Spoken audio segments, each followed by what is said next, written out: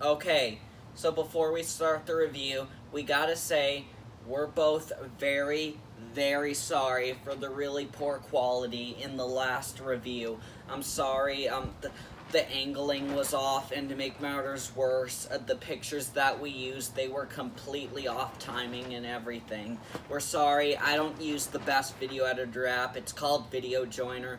Doesn't even have a very creative name. I mean, when used to its full potential, it's pretty good. But when you make another video after finishing a video, the images you use can go off to timing. So I know I'm thinking of upgrading pretty soon. But until then, it's the best I'm gonna get. I promise you guys that this review is going to be much better than my last review. That much I can promise you. Alright.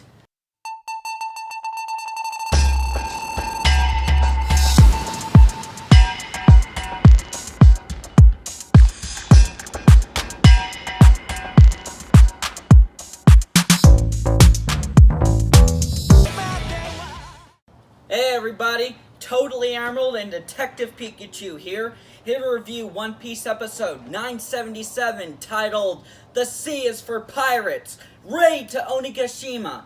Let's get straight into it. Unfortunately, the anime won't, since we start with typical extreme recap. How extreme, you ask? Well, they reuse animation from episodes ago, but what are you gonna do? They won't use filler episodes, so they have to make with what they got, and that means adapting like 10 pages on average, so yeah. And after almost 8 minutes, yeah, you heard me right, the 8-minute mark, we finally get new footage. Finally? I know.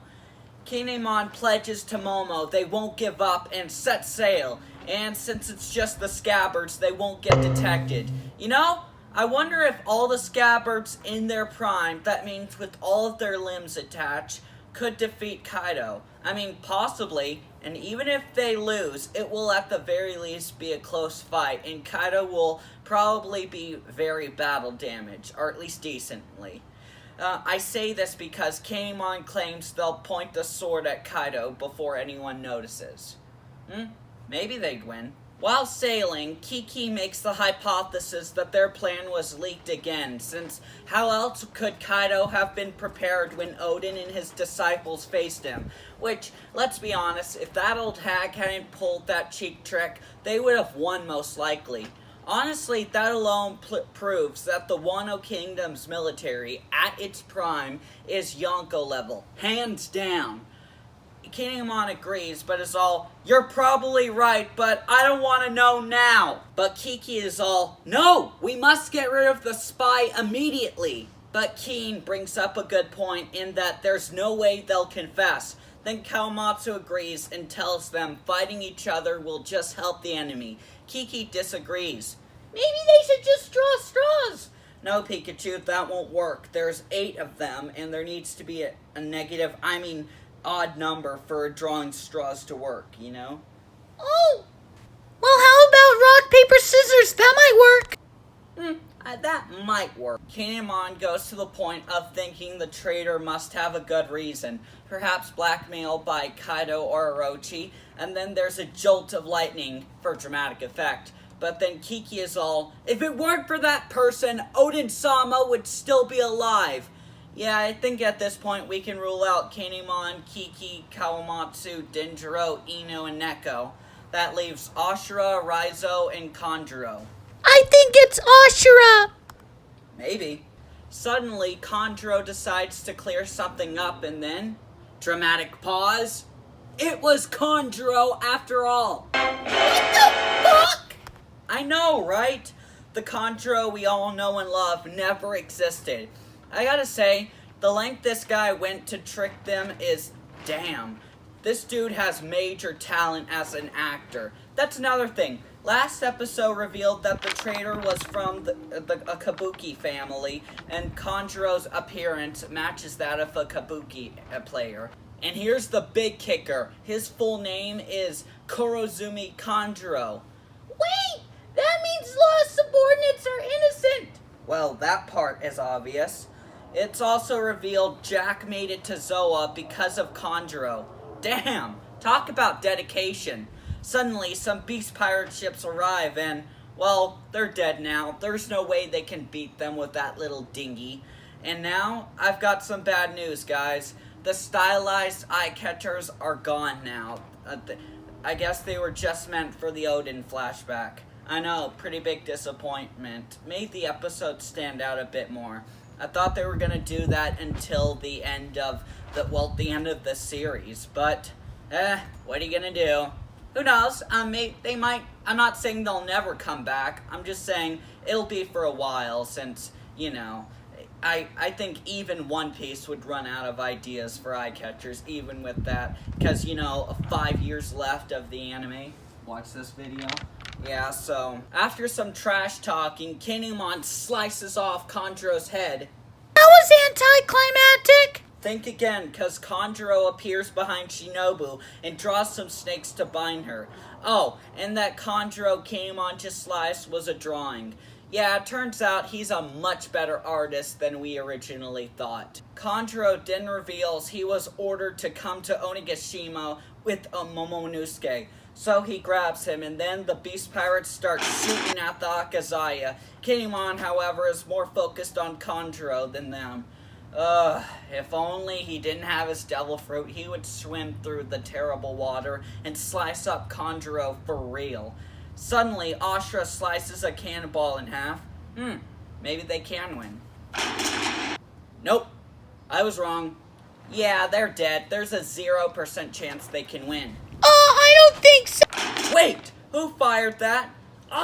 It's the Sunny. It survived after all. Suddenly, the dinghy looks like it's gonna fall, but then the polar thing saves them. That's not all. The kid pirates arrive too. Damn, all 4 of the strongest supernovas are here. Man, talk about perfect timing. Kid then claims he's gonna take Kaido's head.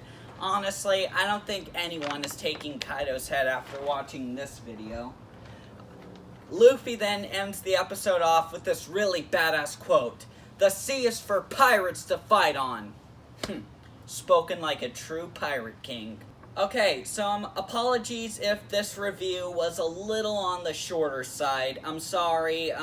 Well, that's what happens when it takes 8 minutes to get any real new footage. But, like I said, there's nothing we can really do. We should just be grateful that the animation and art style is godly now.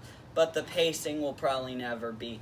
I mean, who knows? Maybe after Wano, like right after Wano, they'll give, especially with the sales going down, the studio, I forgot what the studio's name is, but they might put in like a 5-10 minute episode filler at most, just to buy a little bit of time. Or, here's a better idea, they could animate the novels. Yeah, that would be a really cool idea. Who knows, it might happen.